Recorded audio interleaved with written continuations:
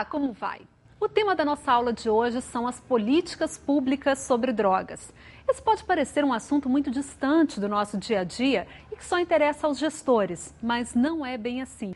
As políticas públicas dão o norte que orienta todas as ações de prevenção e tratamento.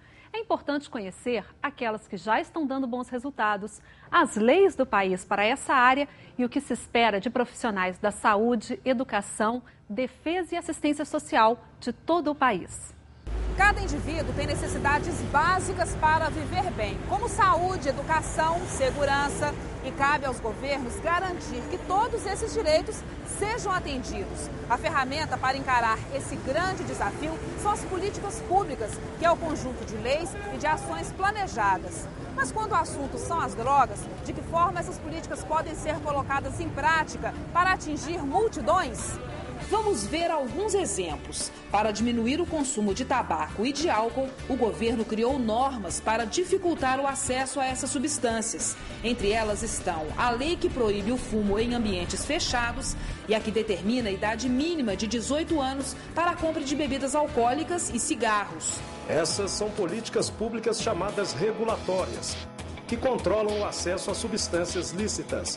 Existem também políticas de redução de danos que tentam diminuir os prejuízos causados pelo consumo das drogas. A Lei Seca é uma delas. Ela proíbe a venda de bebidas alcoólicas em rodovias federais e pune motoristas que dirigem embriagados. As penalidades previstas na Lei Seca são 7 pontos na carteira, multa de R$ 957,70, recolhimento da carteira de habilitação e proibição de dirigir por 1 ano.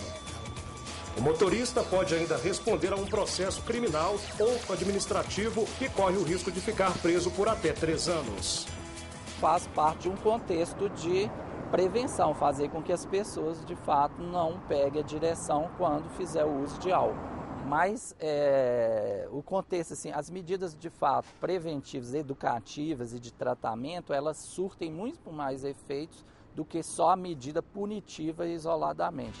Por isso, a Lei Seca funciona ainda melhor quando é fiscalizada em operações como esta.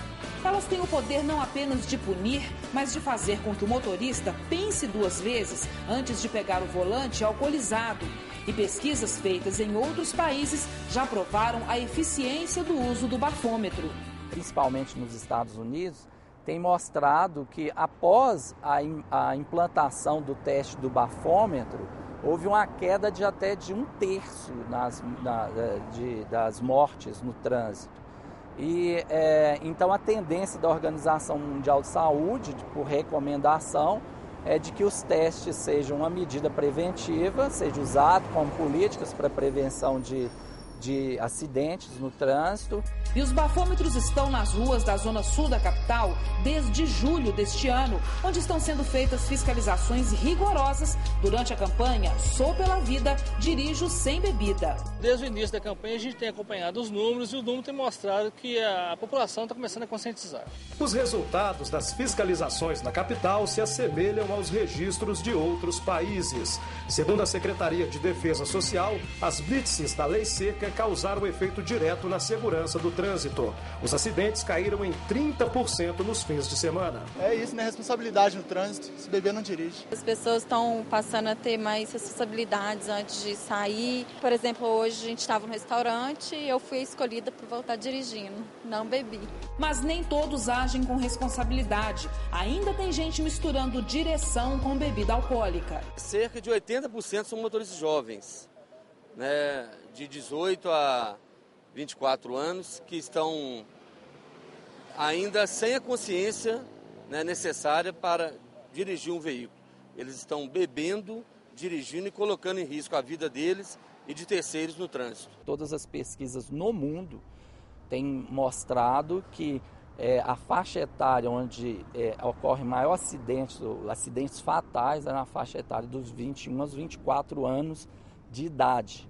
E a maioria desses acidentes, 80% deles, ocorrem aos finais de semanas no horário de 20 a 4 horas da manhã. Outro princípio direciona toda a política nacional sobre drogas. No Brasil, usuários e traficantes são tratados de forma diferente, graças à nova lei sobre o assunto que passou a vigorar em 2006. Ela representou um avanço por detalhar melhor os tipos de uso de drogas e separar quem lucra com a venda de entorpecentes de quem faz o uso deles. O usuário é aquele indivíduo que faz uso constante ou habitual de drogas, e o traficante é aquele que usa a droga para fins de comércio. Como que o juiz faz para ver se o cidadão é usuário ou traficante? Ele observa todas as informações que tem dentro do processo.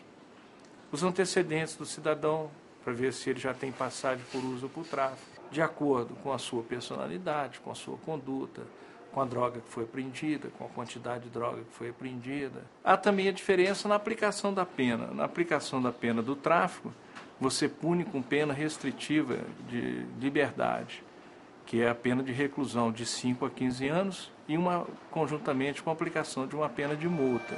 Já o usuário recebe punições mais leves e tem direito ao tratamento. O usuário de droga hoje ele não é punido com pena restritiva de liberdade, apenas com prestação de serviço à comunidade, medida educativa de comparecimento a algumas instituições e prestação de serviço à comunidade.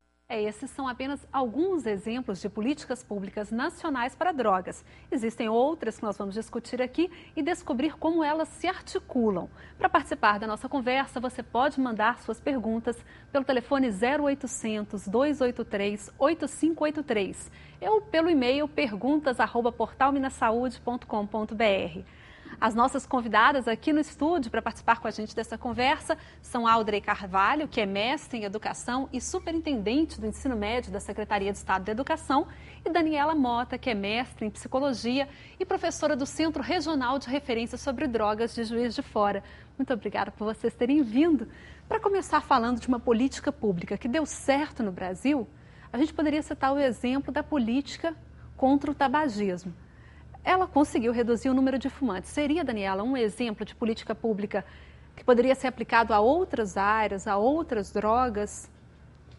Certamente, Érica. A política de tabaco, ela tem uma questão que é muito interessante, porque ela sai de uma esfera individual para passar por uma conscientização ampla da sociedade. Então, se a gente for observar, nos últimos anos no Brasil, a gente teve uma ampliação de medidas legislativas que vão ampliar essa capacidade reflexiva da sociedade contra os riscos trazidos pelo consumo de tabaco.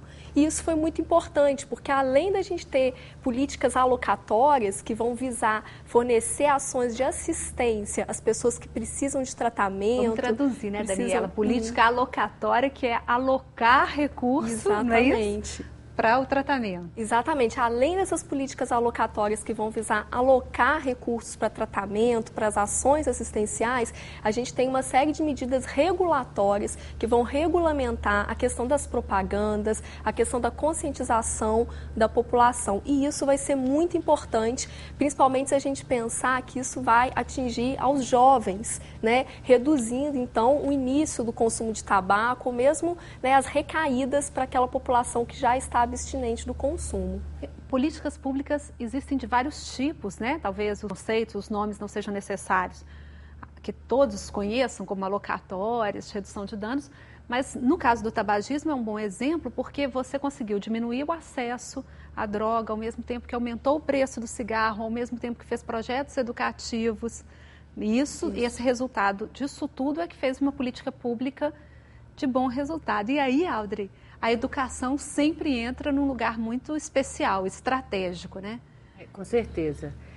A educação, a escola é um espaço estratégico, né? E como tal, a escola é um espaço do conhecimento, né? Então a escola produz conhecimento e reproduz aquilo que ela recebe, né? Então, para a escola convergem todas as diferenças, convergem todos os setores da sociedade. Então, ali nós temos crianças, jovens, né?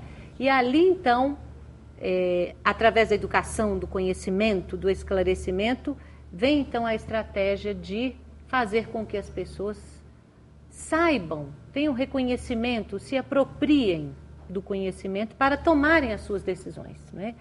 Agora mesmo, vendo o VT, nós ouvimos alguém dizer que as medidas de educação, as de prevenção, são as que mais surtem efeito. E é isso. Então, nesse sentido, é que a escola, com suas políticas públicas, políticas de prevenção, nós temos aí, por exemplo, na Secretaria de Estado de Educação de Minas Gerais, o PEAS, que é o Programa de Educação Afetivo-Sexual para a Juventude. Nós temos a Escola Viva Comunidade Ativa, que já atende a 502 escolas no estado em áreas de vulnerabilidade social.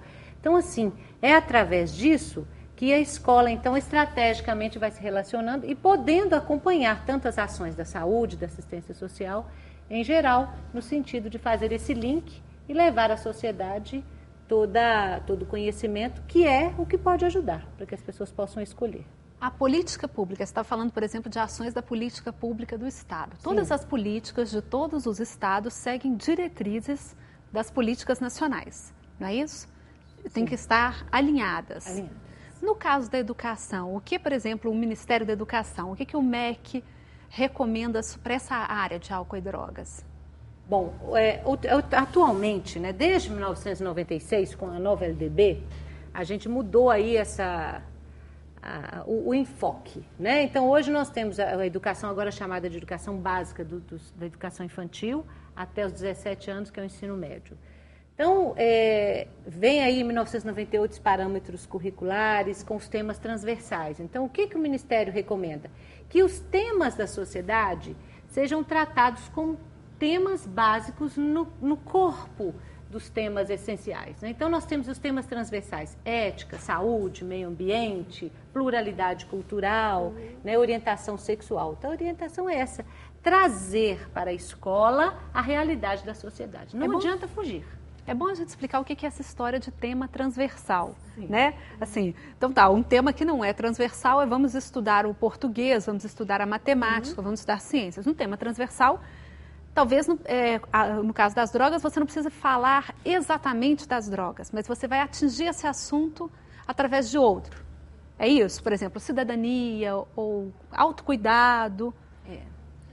Exatamente. Acho que possibilitar que o tema drogas, o tema, né, álcool, tabaco, né, ele seja discutido sob a perspectiva de diferentes disciplinas, de modo que esse tema ele seja vivenciado quanto os valores que aquela escola está construindo, valores de hábitos de vida saudável e não resumido, restringido a uma única disciplina. Por exemplo, vamos estudar os efeitos biológicos das drogas. Isso seria muito restrito. É necessário criar um ambiente amplo de discussão para que o aluno, né, reflita sobre aqueles valores de ter hábitos de vida saudáveis. Então, né? Daniela, aí, nessa questão aí, os temas transversais, então, eles são temas internos que perpassam o interior do conteúdo, porém relacionados à questão social, né, a questão política, da realidade do mundo. E a ideia hoje, mais que nunca, é isso, é a interdisciplinaridade, a intersetoriedade, né, a transversalidade, porque nós estamos no mundo, por exemplo, o jovem hoje, o conhecimento está ali, né, na mídia o tempo todo. Então, se a escola não trouxer para o debate os temas mais interessantes ligados à cidadania, ao meio ambiente, à orientação sexual, né, e por que não, né, a questão das drogas, mas não no sentido de ficar trabalhando o negativo, mas mostrar as formas positivas através do esporte, através do conhecimento, do discernimento, do jovem, então, poder escolher o caminho melhor para ele na sua vida. Não é? Reforçar os fatores que são de proteção nessa área. Exatamente. Né? Agora, nesse caso, é muito importante a gente falar que não adianta, quer dizer, não adianta em nenhum dos setores, mas na educação, que é muito comum, não adianta ações pontuais, né? Não adianta chamar uma pessoa e fazer uma palestra, que aquilo não vai resolver, não é assim? Educação só acontece a médio e longo prazo. Educação é um processo contínuo, não é isso, Daniela? Então, assim, é isso que é importante. O bacana dos temas transversais é exatamente isso, permitir esse diálogo constante entre os vários temas, né, que estão ali no corpo das disciplinas e da realidade do jovem, e, portanto, da realidade da escola, permitir esse diálogo paulatina e continuamente, né? De forma tal que ali naquele processo a educação vá acompanhando no sentido também de prevenir e conscientizar o ser humano, que essa que é a ideia, né? E sempre ações mais amplas, a longo prazo. A longo prazo, até mesmo porque conforme você comentou o exemplo de uma palestra isolada na escola, uma palestra isolada sobre drogas vai ser boa para poder transmitir informações para o aluno, mas não vai possibilitar esse processo que a Audrey está nos explicando, né? Que esse processo de desenvolvimento mais contínuo, uma reflexão mais contínua e apropriada sobre o tema, né? Num contexto de alegria, né? A gente hoje precisa pensar mais que a gente pode falar desses temas num contexto de alegria, a musicalidade dentro da escola, né? Ações no ritmo, né? Então, aí, por exemplo, o PES faz muito isso, né? Que é trazer, porque o jovem precisa disso. Sim, a chamada pedagogia do terror, né? Exato. Essa é uma escola que nós precisamos, que seja mais atrativa. A gente acredita numa escola que possa ser mais atraente mesmo para o jovem, dando a ele um sentido, né? Ele entendendo ali naquela escola como um sentido amplo, num local em que ele vê o mundo verdadeiro, conversando com ele, dando a ele oportunidade de novos conhecimentos e discernimento sempre, né, Daniela? É isso aí. Audrey e Daniela, nós vamos fazer um rápido intervalo e na volta você vai conhecer as orientações da SENAD, a Secretaria Nacional de Políticas sobre Drogas. É o principal órgão que cuida do assunto no país.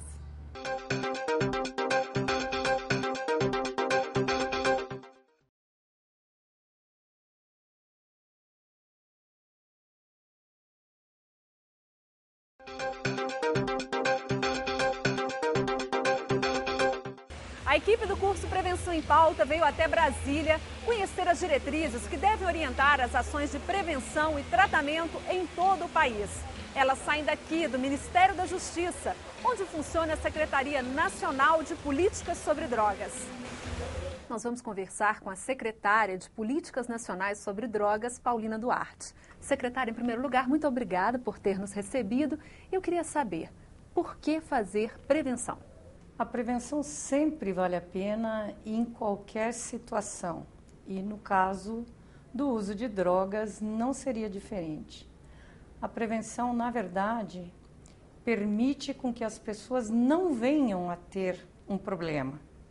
E quanto mais cedo, quanto mais precoce ela é feita, maiores podem ser os resultados. Qualquer pessoa, qualquer cidadão, seja na sua família, seja na comunidade, seja na empresa onde trabalha, seja um líder religioso, enfim, qualquer pessoa pode fazer ações de prevenção. Um pai que conversa com os filhos sobre uma determinada situação que envolve drogas, que porventura tenha passado num telejornal, ou mesmo que tenha ouvido no rádio, ou coisa assim, ele está fazendo prevenção na hora que ele conversa sobre a preocupação, sobre o impacto de uma notícia como essa. Da mesma forma que na escola o professor faz prevenção quando discute de forma aberta, de forma realista, de forma pragmática. E, secretário, um dos eixos da Política Nacional de Drogas é o trabalho em redes. Como esse trabalho chega lá nos municípios? A importância da rede, ela se dá justamente porque a questão das drogas não é um assunto exclusivo de um único aspecto da vida das pessoas.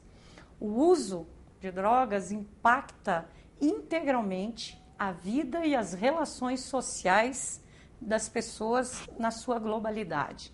Daí a importância de que nós entendamos, por exemplo, que uma pessoa que tem um problema com drogas, seja já um uso abusivo ou dependência, é importante e fundamental ela buscar ajuda para se tratar. Mas não bastaria o tratamento se ela não tivesse a oportunidade de resgatar os seus vínculos sociais, aqueles vínculos que foram comprometidos durante o período de ingestão da droga. E um dos exemplos claros disso é de que hoje os conselhos todos de governo, seja eles sobre drogas, de saúde, assistência social, todos eles trabalham na perspectiva de que devem ser paritários, ou seja, devem ter igual participação social, né, de entidades, de pessoas, enfim, da sociedade civil, em mesmo número de representantes de governo. A Política Nacional de Prevenção às Drogas fala o tempo todo sobre humanização. O que isso significa na prática? A primeira questão é a desmistificação de que o uso de drogas, a dependência de drogas, é um problema de caráter. Essa é a primeira questão que nós temos que ver, de que o uso de drogas, especialmente a dependência de drogas, é um problema de saúde e, como tal, ele deve ser tratado. Então, a primeira coisa é tirar a questão da questão moral, de achar que a pessoa que usa droga é uma pessoa que não tem, que é uma pessoa de vontade fraca, que é uma pessoa irresponsável, enfim, e partir da perspectiva que se a pessoa tem uma dependência, ela precisa de ajuda. E a ajuda, o primeiro passo para você oferecer ajuda a alguém, se chama acolhimento. Então, é você ouvir a pessoa, ouvir o que ela tem a dizer em relação à sua situação. Secretária, qual que é o conselho, a sugestão que a senhora daria para os nossos alunos que estão trabalhando lá na assistência social, na defesa social, saúde, educação? Qual é o conselho da senhora para eles? Importante, primeiro, buscar o conhecimento. Segundo, formar uma grande rede de troca de conhecimento e troca de experiência. E terceiro, procurar estar atento aos sinais e sintomas que nos permitem um diagnóstico precoce. Muitas vezes, a simples mudança do padrão de ingestão faz com que a pessoa tenha melhorado em muito a sua vida. Eu posso te dar um exemplo. Uma pessoa que usa o álcool de forma pesada e de forma abusiva vários dias da semana, se ele for bem orientado, ele pode alterar esse seu padrão de consumo e deixar de ter o risco de vir a se tornar um dependente. Então, essas questões são muito importantes. O profissional deve estar alerta, deve estar atento, deve ser curioso, não deve ter medo de perguntar, desde que pergunte sempre com respeito, com segurança. Daí a necessidade dele estar bem capacitado. Então, acho que talvez eu diria para vocês que estão se capacitando, a curiosidade, o interesse no assunto, mesmo que seja por meio de reportagens, por conhecimento técnico, por uma boa discussão, a participação num seminário, é o que faz com que a gente acumule o conhecimento suficiente que nos dá a segurança de sentar em frente a uma pessoa que está sofrendo com o problema de drogas e, no mínimo, prestar a ela uma informação adequada, oferecer a mão, estender a mão, oferecer ajuda. Então, acho que nós não precisamos deter todo o conhecimento do mundo, mas nós temos a obrigação de deter um mínimo de conhecimento que nos permita dar uma boa orientação e um bom encaminhamento para a situação. As orientações da Paulina Duarte, que é da Secretaria Nacional de Políticas sobre Drogas. E agora conosco aqui no estúdio está também o psicólogo Francisco Cordeiro, que é da Coordenação de Saúde Mental do Ministério da Saúde. Bem-vindo também, Francisco. Obrigado. Bom, gente, a gente tentando continuar nessa história das redes que a doutora Paulina citou. Como formar essas redes lá nos municípios, nas cidades? Como, Daniela? Olha, é importante que os profissionais dos diferentes setores eles estejam em aproximação. Né? O fato de um profissional estar na saúde não impede que ele desenvolva parcerias com profissionais da assistência. Na área de drogas e em outras áreas também, elas vão ser muito bem-vindas, porque muitas vezes, ao abordar uma questão de uso abusivo de drogas, o profissional pode se deparar com uma situação de vulnerabilidade social, onde vai ser fundamental o apoio de outros setores, como o setor da assistência social, por exemplo.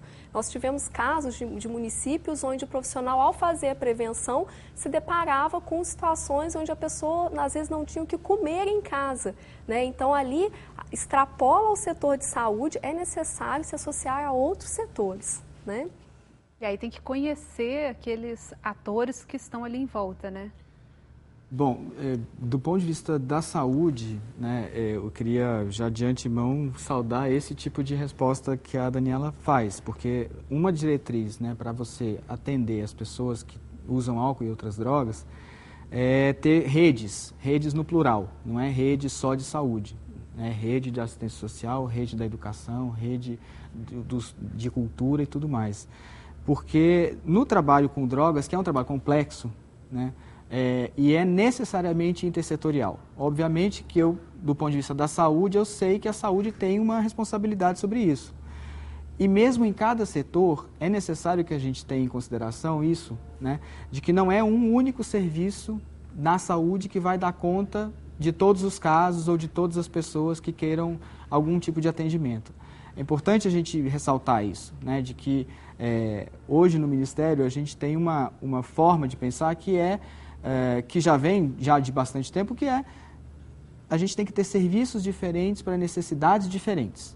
E os serviços eles têm que estar linkados, eles têm que estar ligados às necessidades dos usuários.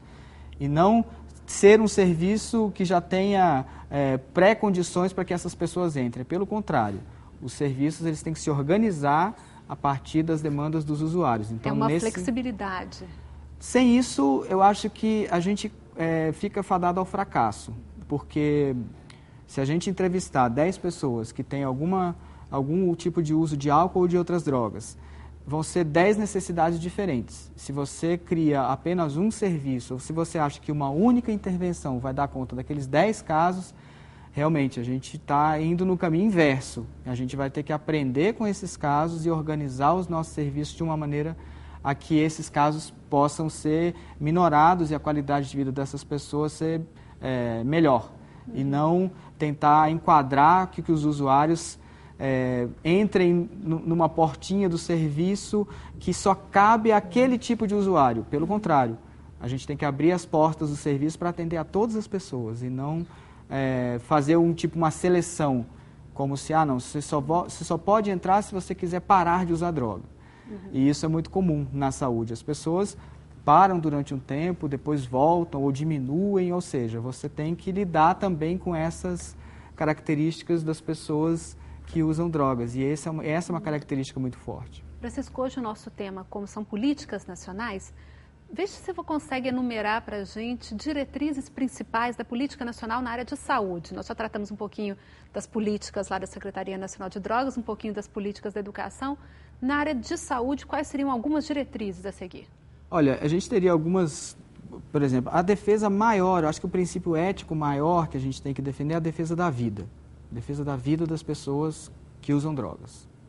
Eu acho que não é porque as pessoas que usam drogas, elas têm que ser consideradas como cidadãos de segunda classe. Pelo contrário, a gente tem que defender a vida dessas pessoas como a gente defende a vida dos nossos filhos, dos nossos amigos, dos nossos parentes. Até o contrário, né? Na aula passada a gente ainda falava, por serem excluídos, por serem vulneráveis, eles ainda precisam de mais proteção, né?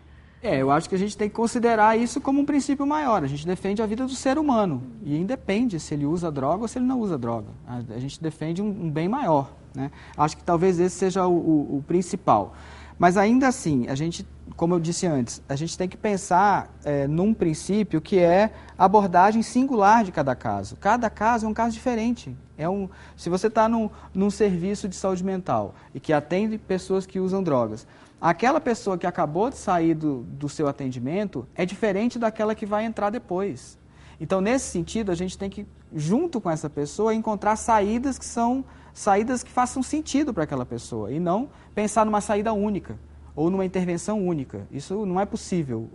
O humano não permite que a gente faça uma generalização tão grosseira, né? Então, pensando aqui em a gente obrigar esses setores a conversarem a partir aqui da nossa bancada, né? A Audrey, representante da Secretaria de Educação, a Daniela, que é de um setor acadêmico, mas também que faz um atendimento, um serviço.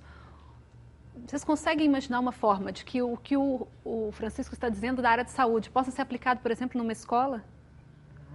O tempo todo, né? Temos aí, por exemplo, lá na Secretaria de Educação, o Comitê Antidrogas, né? Qual a ideia? Ir para a escola, no diálogo, o diálogo ali com a sociedade, porque no início do programa, nós dizíamos isso, que a escola é o espaço de produção do conhecimento e de reprodução da realidade da sociedade, né? Todas as realidades convergem para a escola e ali, quer dizer, a escola não produz violência, mas ela reproduz aquilo que acontece lá na sociedade.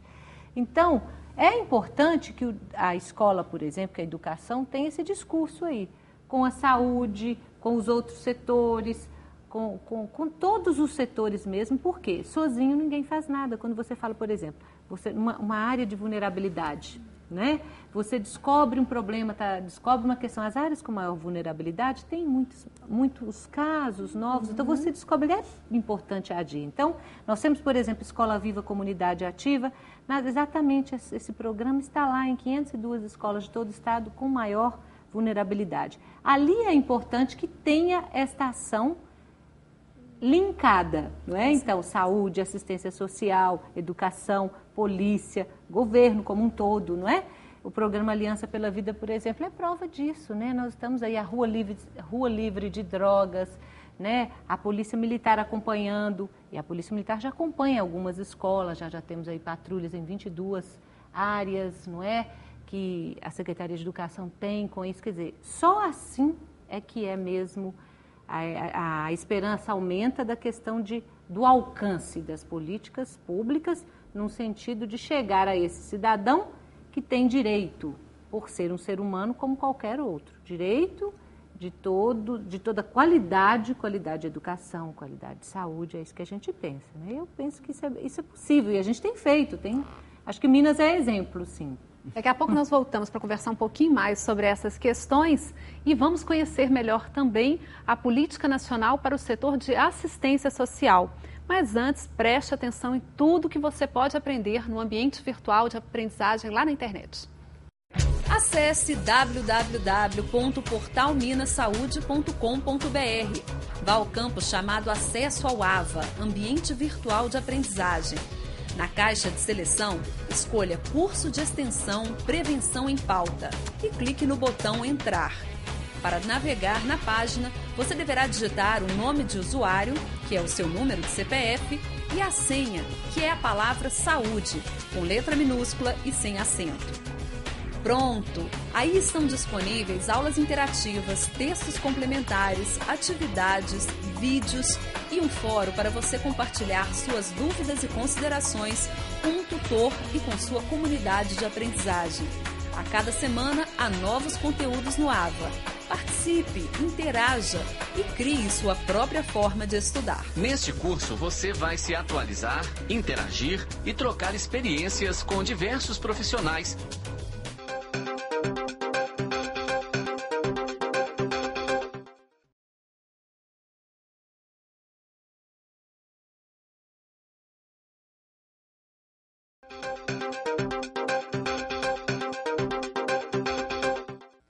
Na aula de hoje, nós já vimos as diretrizes da Secretaria Nacional sobre Drogas, as orientações do Ministério da Saúde, da Educação e agora vamos conhecer como a política brasileira de assistência social trata o assunto. As palavras-chave são família e prevenção. Casas de família. Assim são conhecidos em todo o país os centros de referência em assistência social. Franciele descobriu a razão para este apelido carinhoso numa unidade de Campo Belo, sudoeste de Minas Gerais. Aqui ela faz parte de um grupo de música. Há 4 anos, a garota procurou o CRAS porque se sentia angustiada com as frequentes brigas dentro de casa. Eu estava meio desesperada, assim. Aí eu queria alguma coisa para me tirar do meio muito confuso. A irmã de Franciele decidiu seguir o mesmo caminho, porque também sofria com a falta de estrutura familiar. Eu ficava sozinha. Sem amigo. Né? Aí não tinha ninguém pra mim conversar. E agora tá cheio de amigo. Tô. Com o incentivo das filhas, seu José entrou para o grupo e escolheu o contrabaixo. A vida de toda a família mudou de tom. Trouxe mais alegria, paz, mais união, ver os filhos desenvolvendo naquilo que gosta, que é uma coisa boa. Para mim, é tudo de bom até agora. Essa proteção que a família de seu José encontrou no CRAS é a principal diretriz da política de assistência social no Brasil. O CRAS é a porta de entrada da família, né? Ela chega com suas demandas, inicialmente ela entra para o cadastro único dos programas do governo federal e a partir daí então nós detectamos as demandas da família. Com essas demandas, nós vamos construir o plano de acompanhamento familiar, inseri-la nas atividades que são ofertadas nos CRAS. Lembrando que, basicamente, como nós estamos trabalhando proteção básica, né, a gente está fazendo a prevenção, tá, dos riscos, né, de rompimento de vínculos, ou seja, queremos fortalecer os vínculos familiares, os vínculos comunitários, né, o desenvolvimento comunitário está inserido aí. A Política Nacional de Assistência Social, a PNAS, busca fortalecer vínculos para que a família realize suas funções de proteger, promover e incluir seus integrantes. A proteção do Estado ao grupo de pessoas ligadas por laços de sangue ou afeto visa garantir o direito a uma vida digna. Essa política é mais uma forma de se prevenir a dependência química. Mateus, de 17 anos, experimentou cigarro e álcool e estava em uma situação de vulnerabilidade ou no conhecido grupo de risco para o uso de drogas. Esse é justamente o público-alvo das ações do CRAS. Aqui no hip hop, ele encontrou o que procurava. Estou feliz, pois hoje eu sei qual é o futuro que Deus deseja para mim e hoje eu sei que eu com essa turma aqui, nós estamos indo para o caminho legal. As oficinas de artes ajudam a desenvolver habilidades que muitos nem sabiam que tinham. Já na aula de culinária, os alunos recebem sugestões para o dia a dia mais saudável com economia. Eles aprendem a fazer alimentos feitos com sobras. O foco nosso é reaproveitar o alimento e, ao mesmo tempo, fornecer uma alimentação mais nutritiva. Lições para uma vida melhor que se espalham daqui para toda a comunidade. No lugar de sujeira e má conservação, arte. O grafite transformou a fachada dessa escola. E para os jovens, esse tipo de trabalho vai além do que simplesmente embelezar os muros. Muitas pessoas assim, que não me reconheciam, estão me reconhecendo mais agora, através desse projeto e elas passam perto de mim. Não, Arthur, você que é o Arthur, você que faz o grafite e tal. Da hora o seu trabalho lá, obrigado. E assim ela vai melhorando cada vez mais. Você fica feliz? Boa demais. O reconhecimento do trabalho do Arthur melhorou sua autoestima e trouxe retorno financeiro. Hoje ele pode contribuir com o orçamento familiar, o que também representa um fator de proteção social. A proteção social deve garantir a segurança de sobrevivência, a segurança familiar e a segurança de acolhimento. O CRAS faz parcerias para ampliar o atendimento à comunidade. Uma delas é o Clube do Menor, onde crianças e adolescentes fazem atividades no horário em que estão fora da escola. Lá há cursos de dança, futebol. Minha mãe já me elogiou aqui, lá na escola. Acompanhamento escolar e aulas de informática. Quando a nossa mente está ocupada, o que beneficia a gente? A gente fica longe de quê? Dos problemas. De que mais? Das drogas, do álcool.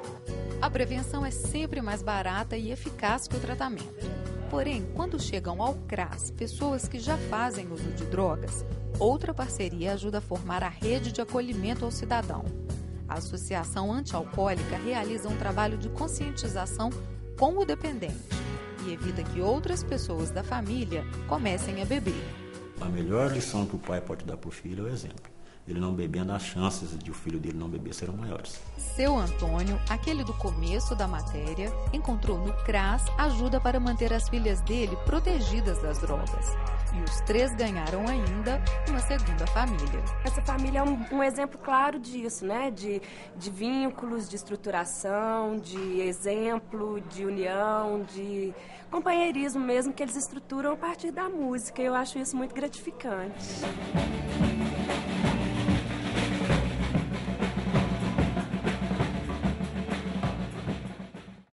Bom, nós vimos aí que no caso da Política Nacional de Assistência Social, a questão da vulnerabilidade orienta todo o trabalho. Vulnerabilidade também é uma diretriz, o cuidado das vulnerabilidades nos outros setores também? Certamente. No que diz respeito às drogas, esse é um conceito importante, especialmente, por exemplo, agora, nas pessoas que nesse momento ou passam a maior parte do tempo na rua, ou vivem temporariamente na rua, né? Essas pessoas que usam drogas e usam álcool, a vulnerabilidade delas, ela não está no consumo de drogas. Essas pessoas, a vulnerabilidade é muito maior. Essas pessoas não têm onde morar, ou não têm emprego, ou nunca frequentaram a escola, ou frequentaram um pouco a escola. Na verdade, então, a vulnerabilidade é um conceito que perpassa, na verdade, não só a pessoa que está num serviço de tratamento do SUS, mas ela perpassa a vida das pessoas que estão, nesse momento, envolvidas com droga, e a vulnerabilidade é importante, como um marcador para ser analisado. É um sinal de atenção, né, Daniela? Com certeza, porque muitas vezes a questão das drogas, né, do uso abusivo de álcool, vai aparecer concomitantemente com outras situações, como violência doméstica,